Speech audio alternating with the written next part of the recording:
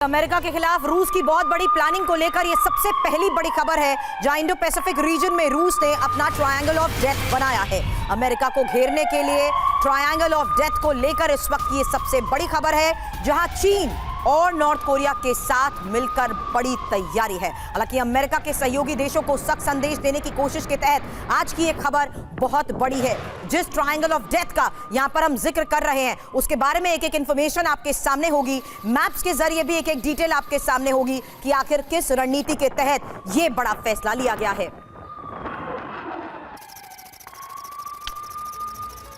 तो ये देखिए, जिसे ट्रायंगल ऑफ डेथ कहा जा रहा है, इसके जरिए अमेरिका को घेरने की तैयारी पूरी की जा रही है कि अमेरिका को कैसे घेरा जाए। दरअसल इसका सीधा सीधा कनेक्शन रूस यूक्रेन युद्ध से भी जोड़ा जा रहा है, क्योंकि वहां पर चाइना और रूस मिलकर के यूक्रेन के इस युद्ध में अमेरिका को कैसे घेरें, उसके लिए ये पूरी रणनीति, ये पूरी स्ट्रेटेजी बनाई जा रही है। अब आपको मैप के जरिए दिखाते हैं कि कैसे इंडियन पैसिफिक रीजन में रूस ने ट्रायंगल ऑफ डेथ बनाया है। क्यों इसे कहा जा रहा है ट्रायंगल ऑफ डेथ? पुतिन का प्लान क्या है? मौत का त्रिकोण जिसे कहा जा रहा है। ये देखिए, रूस, इसे आप इस ट्रायंगल से समझिए, रूस, चीन और नॉर्थ कोरिया, ये तीनों की मिलीभगत। और ये देखिए जापान, सी ऑफ जापान है ये, और ये ट्रायंगल है। और इसके जरिए कहा जा रहा है कि कैसे अमेरिका और अमेरिका के सहयोगी देशों को वो घेरना चाहते हैं। इसमें कौन कौन भागीदार है, इसे आप समझ सकते हैं। अब आपको बताते हैं कि रूस के ट्रायंगल ऑफ डेथ बनाने के पीछे उसकी मंशा क्या है, उसका मकसद क्या है, उसकी पूरी प्लानिंग क्या है। तो रूस, चीन और नॉर्थ कोरिया ने इंडो पैसिफिक रीजन में एक बड़ा घेरा तैयार कर लिया है। अमेरिका को ताकत दिखाने के लिए ये ट्रायंगल ऑफ डेथ यानी कि मौत का त्रिकोण उन्होंने बनाया है। यूक्रेन में अमेरिका को जवाब देने के लिए ये तीन देशों की एक बड़ी तिकड़ी तैयार की गई है। समंदर में अमेरिका और सहयोगियों को घेरने की रणनीति है। समंदर में अब अमेरिका को दो मोर्चों पर ध्यान लगाना होगा। पहला, जंग में यूक्रेन को बचाना। दूसरा, इंडो पैसिफिक रीजन पर ध्यान केंद्रित करना। ताइवान, जापान और दक्षिण कोरिया पर भी अब खतरा मंडरा रहा है। हमारे साथ तमाम मेहमान बने हुए हैं। हमारे साथ डिफेंस एक्सपर्ट के तौर पर वीके चतुर्वेदी सर है, लेफ्टिनेंट कर्नल। हमारे साथ air commodore SP Singh sir है, नेवल कमांडर अशोक सर हमारे साथ हैं, रविंद्र सचदेवा सर भी है। एसपी सिंह सर, ये ट्रायंगल ऑफ डेथ जो हम कह रहे हैं, क्या इससे अमेरिका वाकई में घिर जाएगा? देखिए, इस समय जो रशिया जो कोशिश कर रहा है, सबसे पहली चीज़ बताना चाहूँ कि अमेरिका उनसे काफ़ी स्टेप और इस स्टेज में ऑलरेडी आगे है। एक तो पहले शुरू से ही अमेरिका का बड़ा प्रभुत्व रहा है सीज पर। उसका जो 7 फ्लीट्स हैं वो ऑल अक्रॉस दी ग्लोब हैं, हर जगह उनकी अपनी फ्लीट्स काम कर रही हैं, पैसिफिक उनके कंट्रोल में है। और जो उन्होंने ऑलरेडी इनिशिएट किया था क्वाड, वो क्वाड है, उसका उन्होंने ऑकस बनाया। ये क्वाड जो है 4 देश हैं, जिसमें USA है, ऑस्ट्रेलिया है, जापान और इंडिया है। एक पीसफुल एग्रीमेंट है, पीसफुल कॉन्टिनेंट है। लेकिन उसका जो मिलिट्री ज्वाइंट बनाया गया ट्रायंगल, उसमें था ऑकस, जिसमें ऑस्ट्रेलिया है और उसमें ब्रिटेन है और उसमें अमेरिका है। तो ये 2 तरह के जो कम्बिनेशन है अमेरिका ने ऑलरेडी तैयार किए हैं, जिसमें अभी फ्रांस और जर्मनी ये सब देश भी ज्वाइन करना चाहते हैं। ऑकस प्लस बोला जा रहा है या क्वाड प्लस बोला जा रहा है। तो इसमें अमेरिका बड़े अच्छे से सेटल्ड है। इसमें सर, अमेरिका को ये चुनौती देने के लिए तो अलग वॉर फ्रंट देखते हम चर्चा कर रहे हैं। रविंदर सर, हम सब जानते हैं China Taiwan conflict zone, north Korea south Korea conflict zone. अब अगर चाइना और नॉर्थ कोरिया रशिया के साथ आते हैं तो जाहिर सी बात है ना, ये अमेरिका की तरफ एक चुनौती पेश करने की कोशिश की जा रही है, दोनों का साथ आना। 100% अमेरिका की तरफ। परंतु याद रखिए, इसे अगर आप ट्रायंगल ऑफ डेथ कहते हैं तो अमेरिका क्या कर रहा है? अमेरिका तो सर्कल ऑफ डेथ बना रहा है अराउंड चाइना एंड रशिया। ठीक है ना, जैसे भी सर बता रहे थे। तो पॉइंट इसकी ये एक्सपेक्टेड है, ये दोनों तरफ चलेगा। बट हाँ, एक और क्वेश्चन था कि ये ट्रायंगल क्या अमेरिका को वो कर सकता है? अमेरिका की बहुत पावर है, बहुत पावर है मिलिट्री सेंस में। परंतु हाँ, अगर कभी एक world war by the way already चल रही है, हो जाती है युद्ध, तो ऐसे में अमेरिका को भी बहुत बड़ा नुकसान होगा, रशिया को भी, चाइना, सबको नुकसान होगा। यूरोपीय देश भुगत रहे हैं, ऐसे में साउथ कोरिया और जापान को भी तो भुगतना पड़ेगा ना? खत्म हो जाएगा, साउथ कोरिया और जापान खत्म हो जाएंगे। बिल्कुल। और रविंदर सर, सवाल ये भी है, जैसे सिंह सर ने बोला कि क्या ट्रायंगल ऑफ डेथ ये है, क्वाड प्लस ऑकस प्लस की बात हो रही है, क्या इसको चैलेंज कर पाएगा? इतना दम है? अब देखिए, एक और बड़ी खबर, ताइवान पर बड़े हमले की प्लानिंग कर रहा है चीन। ताइवान के कमांड एंड कंट्रोल सेंटर पर अटैक करने की तैयारी है। आर्टिफिशियल इंटेलिजेंस यानी कि एआई हथियार से हमले की तैयारी है। प्रोफेसर वांग जियांग के नेतृत्व में बनाए जा रहे हैं आर्टिफिशियल इंटेलिजेंस के हथियार।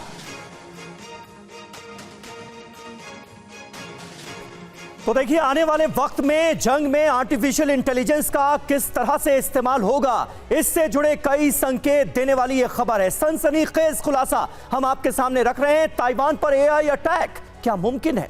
ताइवान पर आर्टिफिशियल इंटेलिजेंस से हमले की तैयारी हो रही है। ताइवान के कमांड एंड कंट्रोल सेंटर्स पर चीन अटैक करेगा। पिछले साल जुलाई में चीन ने एआई संचालित लेजर गाइडेड आर्टिलरी का टेस्ट किया था। माना जा रहा है कि अब चीन ने आर्टिफिशियल इंटेलिजेंस से तमाम हथियारों को बना लिया है। 16 किलोमीटर दूर तक टारगेट को तबाह कर सकता है चीन का एआई हथियार। टारगेट को हिट करने का चीन ने फोटो भी जारी किया है। बड़े पैमाने पर तैयारियां चल रही हैं और वो रंग लाती दिख रही हैं। प्रोफेसर वांग जियांग के नेतृत्व में बनाए जा रहे हैं आर्टिफिशियल इंटेलिजेंस वाले हथियार। बीजिंग इंस्टीट्यूट ऑफ टेक्नोलॉजी के प्रोफेसर हैं वांग जियांग। पिछले साल का एआई टेस्ट भी इन्हीं के नेतृत्व में अंजाम दिया गया था।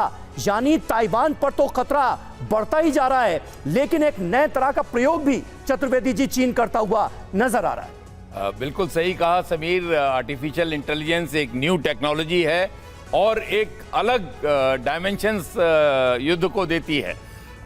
इसका अभी जो मैं समझता हूँ ट्रायल फेज और टेस्टिंग फेज चल रहे हैं और 16 किलोमीटर कोई खास रेंज नहीं है अगर आप उस हिसाब से देखें। प्रिसीजन गाइडेंस है, उसमें भी कोई शक नहीं है, लेकिन इतने ज़्यादा एक कन्वेंशनल वॉर में ज़्यादा मास रूप में ये, लेकिन ऐसे वक्त में ये बड़ा इंपॉर्टेंट हो जाता है ना कि चीन ने चारों तरफ से ताइवान को घेर रखा है। मतलब बॉर्डर एरियाज जो हैं वहां पर बड़े हथियारों की तैनाती की जा रही है। ऐसे में ये 16 किलोमीटर की रेंज भी घातक साबित हो सकती है ताइवान। बिल्कुल सही कहा, लेकिन 16 किलोमीटर रेंज उतनी नजदीकी पहुंचने के लिए आपको बहुत हिम्मत की जरूरत है और उसको पहले आपको वहां से हटाया जा सकता है। इसके अलावा ये जो क्षेत्र है वहां पर जो ताइवान के आसपास का साउथ चाइना सी, ईस्ट चाइना सी, जापान का बहुत महत्वपूर्ण क्षेत्र है और इसमें स्टेक्स केवल अमेरिका के या जापान के या फिर ताइवान के नहीं है।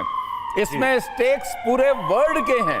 यहाँ पे सी लाइंस ऑफ कम्युनिकेशन है, फिशिंग है, सी माइनिंग है। इस चीज के लिए ये बहुत प्रसिद्ध क्षेत्र है। तनाव बढ़ रही है, उसे भी बताना जरूरी है। जापान और नॉर्थ कोरिया के बीच तनाव ज्यादा गहरा गया है। नॉर्थ कोरिया के जासूसी सैटेलाइट को मार गिराने का आदेश जारी कर दिया गया। जापान के रक्षा मंत्री ने मार गिराने का यह आदेश दे दिया है। सैटेलाइट पर अटैक के आदेश के बाद यहां टेंशन ज्यादा बढ़ गई है।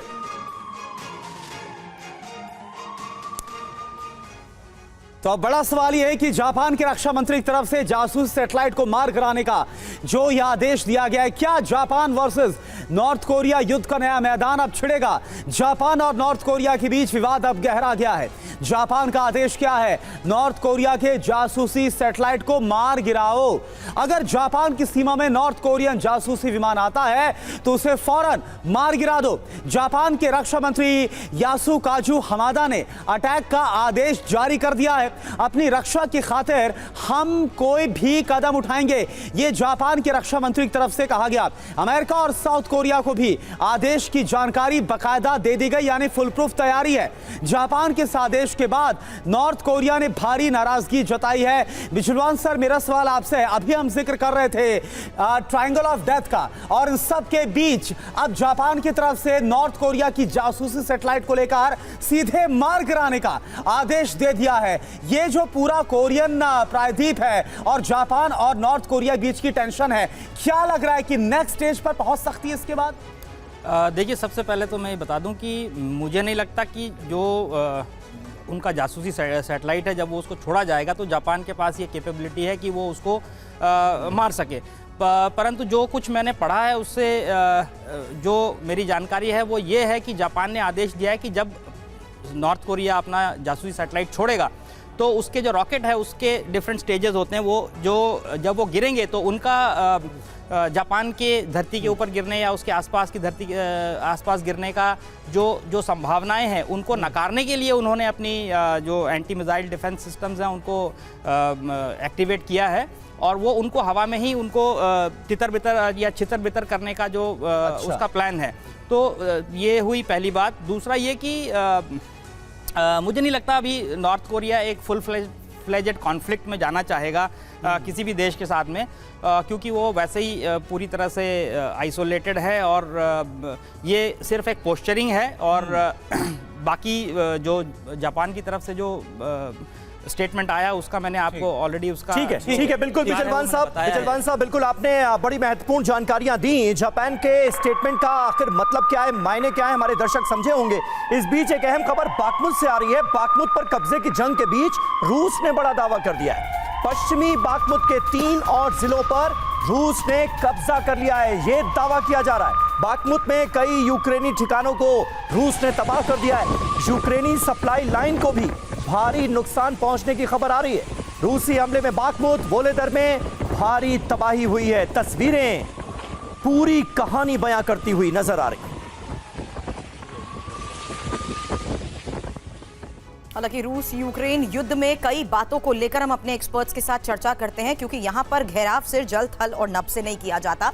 ये साफ तौर पर देखा जा रहा है कैसे रिमोट सेंसिंग और यहां तक कि आर्टिफिशियल इंटेलिजेंस को भी अब और ज्यादा, उसकी क्षमताओं को भी और ज्यादा बढ़ावा देने की कोशिश की जा रही है, जिसके तहत चीन की इस कोशिश पर अभी तक हमने चर्चा की है। लेकिन रशिया को अब जिस लिहाज से चीन ये सपोर्ट दे रहा है, क्या आने वाले वक्त में रशिया अगर जीत का दावा करता है तो क्या चीन की भागीदारी के बलबूते ही वो इस हद तक कामयाब हो पाएगा? ये इसलिए क्योंकि बखमुत के जो हालात हैं और बखमुत में जारी कब्जे की जंग के बीच पिछले 24 घंटे के हालात के बारे में भी हम आपको बता देते हैं। ये इंपॉर्टेंट इंफॉर्मेशन आई है कि किस तरीके से 3 जिलों पर कब्जे की बात कही जा रही है।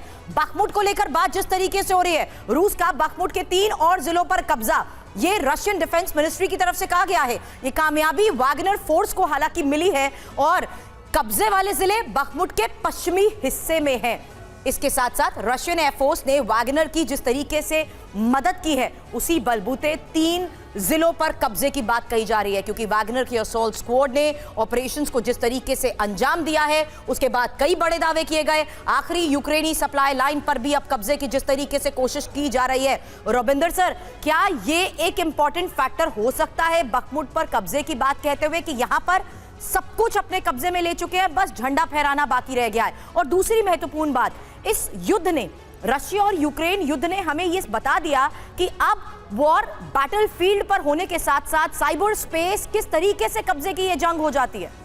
ओ बिल्कुल, एब्सोल्युटली, इनफैक्ट यस। दूसरे क्वेश्चन को पहले लेते हुए, बड़ी जंग इस समय जैसे सेकेंड वर्ल्ड वॉर में होती थी, एक उस तरह की हो रही है इस समय, और इसके ऊपर लेयर है आपकी अब drones, artificial intelligence, cyber, electronics, communication, space, satellites इत्यादि इत्यादि की। तो अब ये कॉम्बिनेशन पैक बन गया है जिस तरह की वॉर्स अभी ये हो रही हैं। दूसरी बात, जो बाखमुत में आप कह रहे हैं कि केवल झंडा लहराना बाकी है, हाँ, यस एंड नो, बहुत टाइम से सुनते हैं, होता है, आगे पीछे हो रहा है, बट यस, जो दिख रहा है, रशिया जैसे बात होती है हमेशा एक ग्राइंडर की तरह चले जा रहा है और रशिया बहुत नुकसान ले रहा है। अभी रिसेंटली वैगनर फोर्सेस ने दावा किया था कि सेंट्रल बाखमुत में झंडा फहरा दिया है। हाँ जी, बिल्कुल किया था, वो झंडे की पिक्चर आई भी थी। तो ये claim counter claim short term, ठीक है, तमाम दावे हैं, उन दावों पर उन्हें झुठलाया भी जा रहा है, बहुत कुछ हो रहा है। अब देखिए एक और बड़ी खबर है, रूस का यूक्रेनी ठिकाने पर जबरदस्त अटैक हुआ है। रूस ने मल्टीपल रॉकेट लॉन्चर से अटैक किया है। रूस के हमले में यूक्रेनी सैन्य ठिकाना पूरी तरह से तबाह हो गया है। तस्वीर आप देखिए।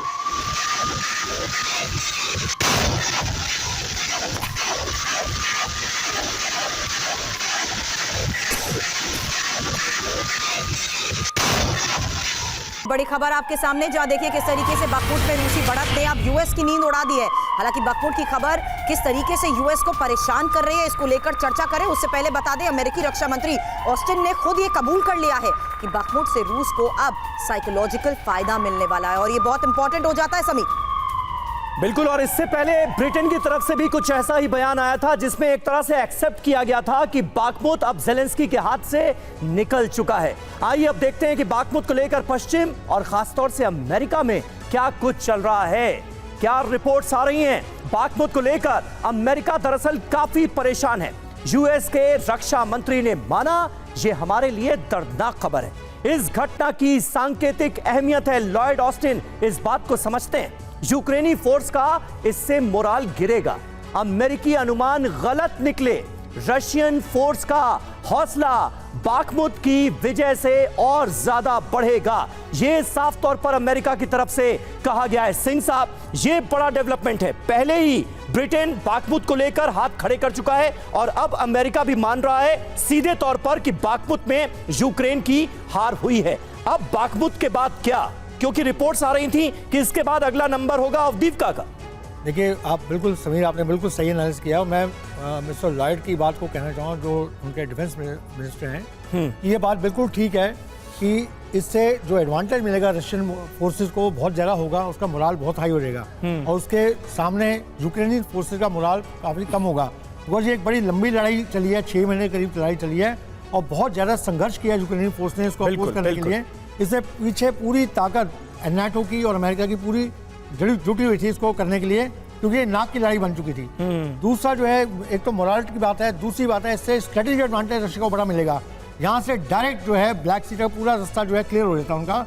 ये एक स्ट्रेटेजिक रूट है जो सप्लाई लाइन्स के लिए, तो इससे जो एडवांटेज मिलेगा रशिया को वो और ज़्यादा एडवांटेज है। इससे आगे जो ऐसे समर आएगी, समर वॉर जो है उसमें जो और बाखमुत को लेकर सारी उम्मीदें धराशायी हो गई होंगी, तभी इस तरह से आधिकारिक बयान जारी किया गया। बिल्कुल आप ठीक कर रहे हैं। बड़ी खबर आ रही है रूस के बेलगोरोद से, जहां पर बम को निष्क्रिय कर दिया गया है। बम को निष्क्रिय करने का एक और वीडियो सामने आया है जो कि रूस की तरफ से जारी किया गया है। रिहायशी इलाके में गिरे बम से लोगों में दहशत मच गई थी। बम गिरने के बाद हजारों लोगों ने इस इलाके को छोड़ दिया था और अब देखिए उसी बम को निष्क्रिय करने का ये वीडियो। तो आप देखिए किस तरह से बेलगोरोद से ही पहले एक तस्वीर सामने आई जहां पर व्यस्त सड़क पर तमाम गाड़ियां खड़ी थी, अचानक से अंधेरा था और इसी दौरान जो एक बम है वो आकर गिरता है। इससे लोग सदमे में आ जाते हैं, हैरान हो जाते हैं, भगदड़ मच जाती है। हालांकि इसके बाद ये बयान जारी किया गया, कहा गया कि ये रूसी बॉम्बर था और बाय मिस्टेक ये सब कुछ हो गया। हालांकि सवाल ये है कि क्या जिस हिसाब से ट्रेनिंग होती है ये सब कुछ बाय मिस्टेक या गलती से हो सकता है। अब दूसरी आप तस्वीर देखिए जहां पर बेलगोरोद में जो बम गिरा उसको निष्क्रिय किया गया क्योंकि इलाके में हड़कंप था, लोग चले गए थे वहां से। अब रूस के बेलगोरोद में हालात बिल्कुल भी ठीक नहीं है, वहां से लोग भाग रहे हैं। आइए अब आपको बताते हैं कि आखिर इस वक्त बेलगोरोद में चल क्या रहा है, यह आपके लिए जानना बहुत जरूरी है। ये जो घटना हुई है, अब यहां पर आप देखिए वही बम है जिसको डिफ्यूज किया गया। अब यहां पर क्या है, 3000 से अधिक लोगों ने इस इलाके को छोड़ दिया है और बेलगोरोद के गवर्नर ये खुद बता रहे, सोर्स वहां से 17 अपार्टमेंट्स को पूरी तरह से खाली करवा दिया गया बेलगोरोद में। इसके अलावा शहर में जगह जगह मिल रहे हैं विस्फोटक, ये खबर सामने आ रही है। 2 दिन पहले क्या हुआ था, 2 दिन पहले रूसी बॉम्बर से बम गिरे थे जिसकी सबसे पहले तस्वीर हम ही ने आपको दिखाई थी। धमाका होने से रह गए बमों से खतरा अब काफी ज्यादा बढ़ गया है, उनमें से कैसे कुछ को डिफ्यूज किया जा रहा है वो तस्वीरें। ऐसे ही एक बम धमाके से शहर में दहशत फैल गई, कुछ जिंदा बम को डिफ्यूज भी किया गया है, कुछ जिंदा बम जो वहां से मिले हैं उन्हें डिफ्यूज भी किया है। तो आखिर ये हो क्या रहा है, क्योंकि बेलगोरोद में पहली बार ऐसा नहीं हो रहा। Lieutenant general VK Chaturvedi sir, आपसे मेरा सवाल है, पहली बार ऐसा नहीं हो रहा, इससे पहले भी वहां पर ऑयल सप्लाईज को हिट किया गया है और अब वहां पर पहले बॉम्बर से बम का गिरना, अब ये बम मिलना, डिफ्यूज होना, आखिर हो क्या रहा है? जो रूस बोल रहा है कि गलती से बॉम्बर से गिर गया वही था या कुछ और आपको नजर आ रहा है? करना इसमें 2 पॉसिबिलिटीज हो सकती हैं।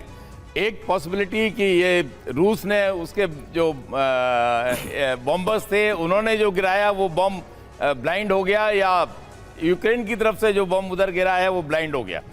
इसके अलावा यह भी हो सकता है कि ये क्लस्टर बॉम्ब हो सकते हैं जो कि फटने के बाद उसमें से छोटे छोटे बॉम्ब तमाम निकलते हैं और वो सारे ब्लाइंड हो गए, काफी सारे नहीं तो काफी तादाद में ब्लाइंड हो गए हैं। और ऐसा जब भी होता है, ये these are called accidents in war, और इनको उस एरिया को पूरा इवैक्यूएट करा के फिर बड़े सावधानी पूर्वक, ये बड़ा रिस्की ऑपरेशन होता है और बहुत सावधानी के साथ each and every bomb is diffused. एक खबर यह भी सामने आ रही थी कि रूसी फाइटर पायलट की ये बगावत भी हो सकती है, उसका नतीजा भी हो सकता है, उसे खारिज करते हैं? बिल्कुल खारिज नहीं कर सकता। ये सब चीजें इन वॉर आर पॉसिबल, हो सकती हैं, हाँ। लेकिन चांसेस मैं समझता हूं, प्रोबेबिलिटी बहुत कम है ऐसा होने का।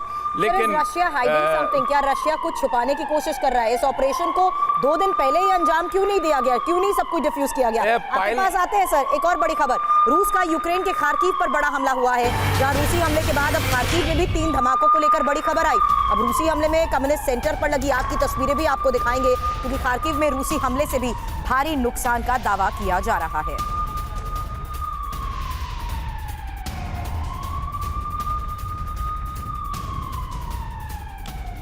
और एक और बड़ी खबर, रूसी बंकर पर यूक्रेनी सैनिकों का अटैक हुआ है। बंकर में बम फेंककर वहां से यूक्रेनी सैनिक भाग गए हैं। बंकर के अंदर कई रूसी सैनिकों की मौत हो गई है। ये देखिए, जंग अब और ज्यादा भीषण होती जा रही है, क्योंकि 30 अप्रैल को कहा जा रहा है कि यूक्रेन एक बहुत बड़ा अटैक करने वाला है। और उसी अटैक के पहले ये देखिए, यूक्रेन की आर्मी वहां पर रूसी टैंकर को तबाह कर रही है। और ये जो तस्वीर है, ये यहां पर बंकर में जो रूसी सैनिक थे उनको टारगेट किया गया है। बम फेंककर वहां से यूक्रेनी सैनिक भाग गए। और उसके बाद देखिए उस बंकर की क्या हालत हुई। कहा यह जा रहा है कि कई रूसी सैनिकों की इसमें मौत हो गई है। अशोक सर, ये 30 अप्रैल की जो बात की जा रही है कि यूक्रेन एक बड़ा अटैक रूस पर करने वाला है, क्या ये उसका ट्रेलर है? देखिए, सबसे पहले तो मैं कहूँगा कि ये एक बहुत बड़े अपमानजनक बात है कि बंकर के अंदर सैनिक मौजूद थे और वहाँ पर यूक्रेनी सैनिक पहुँच गए उसके इतने करीब और उन्होंने बम वहाँ फेंक दिया। तो ये हो सकता है कि वो बंकर खाली हो, क्योंकि इतने हाइटेंड स्टेट ऑफ वॉर में अगर कोई सैनिक, दुश्मन देश का सैनिक अगर आपके बंकर के इतने करीब पहुंच जाता है, तो ये तो मुझे संभव नहीं लगता। ये और प्रोपेगेंडा फैलाया जा रहा है कितने रूसी सैनिक मर गए, बंकर में मौजूद थे। जी हाँ, ये खाली हो सकता है बंकर। बिल्कुल, मुझे ऐसा ही लगता है, क्योंकि यदि वो बंकर मैंड होता तो डेफिनेटली वहां पर एक ना एक कोई तो पोजीशन लेकर के रेकी के लिए बैठा होता वहां। ठीक है सर। और देखिए, इस बीच एक और अहम खबर आ गई है। रूस पर हमले को लेकर यूक्रेन ने अपनी चाल बदली। अप्रैल में रूस पर बड़े हमले का प्लान टाला गया है। ये एक बड़ी खबर। अभी जिस बात का प्रत्युष जिक्र कर रहे थे उसी से जुड़ी, हथियारों की कमी से यूक्रेन ने अटैक प्लान में बदलाव किया है। फॉरेन पॉलिसी एडिशन मैगजीन के हवाले से ये बड़ी खबर आ रही है। हथियार आने तक रूस को बयानों में उलझाए रखना चाहता है यूक्रेन। सिंह साहब, यानी मिशन 30 अप्रैल जो था वो टलता हुआ नजर आ रहा है। देखिए, ये बात तो समीर मैं पहले से ही कहता हूँ, 30 अप्रैल जो मिशन वो प्लान कर रहे हैं वो हो नहीं सकता था। हाँ। क्योंकि जितनी उनको देखिए नेटो से सपोर्ट मिली है, तो जो ऑलरेडी अटैक चल रहे हैं जैसे बाखमुन में, उसको ही डिफेंड करने में यूज हो रहे हैं। तो आप अटैक कैसे कर पाएंगे? आप डिफेंस, आप पूरे थ्रू आउट डिफेंस में ही लगे हुए हैं। जो आपके पास असला है, जो आपके पास हथियार हैं, जो आपके वेपन आ रहे हैं बाहर से, वो पूरे डिफेंसिव यूज हो रहे हैं। अटैक के लिए आपको उससे कहीं ज्यादा चाहिए। और अब तो बाखमुन भी हाथ से निकल गया। तो आप उसके लिए बहुत दूर प्लानिंग इतनी आसान नहीं है कि 30 अप्रैल बोल दिया और हो जाएगा। उसके लिए आपको रशिया के अगेंस्ट करना है, जो रशिया डिफेंसेस हैं, आपको उससे करीब कम से कम 2 से 2.5 गुना ज्यादा आपको चाहिए होगा। वो कहाँ पर है? तो ये बिल्कुल रियलिटी नहीं थी। तो ये इसका पोस्टपोन होना तो पता ही था कि बिल्कुल। और ये भी एक बहुत बड़ा सेटबैक है जो बाखमुट को लेकर आया 30 अप्रैल से पहले, जो पहले तारीख कही जा रही थी कि अब बाखमुट भी लगभग पूरा हाथ से जा ही चुका है यूक्रेन के हाथों से। अब देखिए, एक और बड़ी खबर नेटो देशों को लेकर अब की ये बहुत बड़ी खबर है। रूसी मीडिया में नेटो देशों पर हमला करने की बहस तेज हो गई है। पोलैंड और जर्मनी पर रूस को हमला कर देना चाहिए। रूसी मीडिया में आवाज सुनाई दे रही है। अब यूक्रेन को हथियार देने वाले देशों को जवाब देना जरूरी हो गया है। रूसी मीडिया में इस बात को लेकर चर्चा गर्म और मांग। हालांकि पोलैंड और जर्मनी पर क्या रूस अटैक करेगा, ये एक बड़ा सवाल बना हुआ है, क्योंकि नेटो देशों को लेकर रूसी मीडिया में जिस तरीके से जबरदस्त गुस्सा जाहिर किया जा रहा है, यूक्रेन को हथियार देने वाले देशों को सबक सिखाने की अब बात कही जा रही है और हथियार देने वाले नेटो देशों पर रूस अब हमला कर दे, ये कहा जा रहा है। हालांकि रूस को पोलैंड और जर्मनी पर अटैक कर देना चाहिए, ये साफ तौर पर कहा जा रहा है। पोलैंड और जर्मनी पर हमला कर रूस दोनों को अब जवाब क्यों नहीं दे रहा है, ये सवाल उठाया जा रहा है। और नेटो देशों की भूमिका को लेकर रूसी मीडिया में जिस तरीके से रविंदर सर चर्चा हो रही है, युद्ध का दायरा तो बढ़ता जा रहा है। आप डे 1 से कह रहे हैं वर्ल्ड वॉर चल रही है, लेकिन इसीलिए मैंने जिक्र किया था यूरोपीय देश जिस तरीके से सफर कर रहे हैं, वो इसी खबर के आधार पर मैं आपसे सवाल करना चाहती थी, क्योंकि अब तो ये एस्केलेट करने की बात कर रहे हैं कि जो यूक्रेन को मदद दे रहा है उनके देश पर भी अटैक करो। भाई लॉजिकल है, आप मेरे दुश्मन को मदद करो तो मेरे दुश्मन हुए ना आप, आपसे जो भी कहते रहो, दैट्स वन। सेकेंडली ये इंडिकेट एक और चीज करता है, रशिया के अंदर पब्लिक ओपिनियन नेशनलिज्म का इस वॉर के प्रति काफी स्ट्रांग है, या एटलीस्ट ज्यादा डोमिनेंट नैरेटिव है। सेकेंडली पुतिन को यही खतरा है कि वॉर जिस तरह से जा रही है कि इसके आसपास के जनरल्स ये ना सोचें या कहें कि पुतिन तो लड़ाई अच्छी कर नहीं रहा, इसको डिस्प्लेस करो, जेल डालो, मारो, आओ और पोलैंड जर्मनी पे अटैक करो। ये पॉसिबिलिटी है और बढ़ती दिख रही है धीरे धीरे। तो बट डेफिनेटली यस, ये हेडिंग उसी तरफ है, नेटो और रशिया का कॉन्फ्लिक्ट होना, एंड पोलैंड और ईस्टर्न यूरोपियन स्टेट्स ज्यादा उन्हें खतरा लगता है, इसीलिए वो ज्यादा एग्रेसिव है। इसीलिए एक अलग फ्रंट की, जिस तरीके से ट्रायंगल ऑफ डेथ की हमने बात करी, रशिया को आज चाइना का सपोर्ट चाहिए, नॉर्थ कोरिया का सपोर्ट चाहिए, जो टेक्नोलॉजी वाइज देखे तो अपने आप को बहुत अपग्रेड कर चुके। ये कहा जा रहा है कि जर्मनी और पोलैंड पर तुरंत हमला कर देना चाहिए। देखिए रूस और जर्मनी में तनाव चरम पर पहुंच चुका है। जर्मन डिप्लोमेट्स को रूस से देश निकाला, ये बड़ी अपडेट आ रही है। 20 से अधिक जर्मन डिप्लोमेट को देश छोड़ने को कह दिया गया है। ये जो तनाव है वो किस स्तर पर पहुंच चुका है, आप इससे अंदाजा लगा सकते हैं। जर्मनी के डिफेंस मिनिस्टर ने रूस पर हमले की बात कही थी, जर्मनी ने भी की, रूसी स्टाफ को निकाल दिया था। ये देखिए ये तनाव किस चरम स्तर तक पहुंच चुका है। एक तरफ रूसी मीडिया कह रहा है कि पोलैंड और जर्मनी को सबक सिखाना जरूरी है, रूस को फौरन आक्रमण कर देना चाहिए, हमला कर देना चाहिए। और अब ये देखिए राजदूतों को निकाला जा रहा है।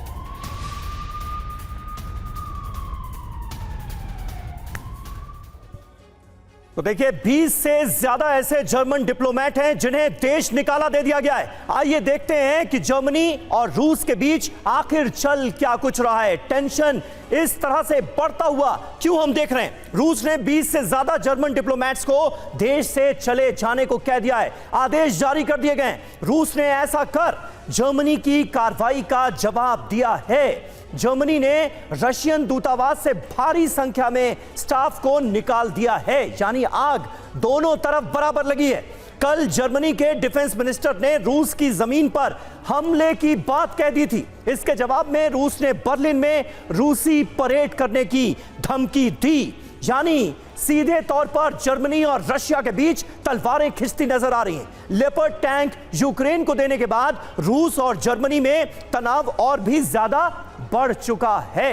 ये हम जानते हैं, पहले नानुकुर की गई लेपर्ड टैंक देने को लेकर जर्मनी की तरफ से, और बाद में ये टैंक दे दिए गए यूक्रेन को, जिससे यूक्रेन बड़े हमले कर पाने में सक्षम हो रहा है। प्रत्युष जी, और रूस और जर्मनी के बीच जिस तरह से रिश्ते बिगड़ रहे हैं उसे देखते हुए कुछ गंभीर सवाल भी खड़े हो रहे हैं। आइए उन सवालों पर जल्दी से गौर कर लेते हैं। वो सवाल क्या है समझिए, कि पुतिन का दुश्मन कौन है? क्या अमेरिकी दबाव में रूस से रिश्ते बिगाड़ता जा रहा है लगातार जर्मनी? क्या अब जर्मनी भी पोलैंड ब्रिटेन की तरह पुतिन के टारगेट पर होगा? रशियन एनर्जी पर निर्भर रहे जर्मनी के लोगों की परेशानी क्या बहुत ज्यादा बढ़ने वाली है?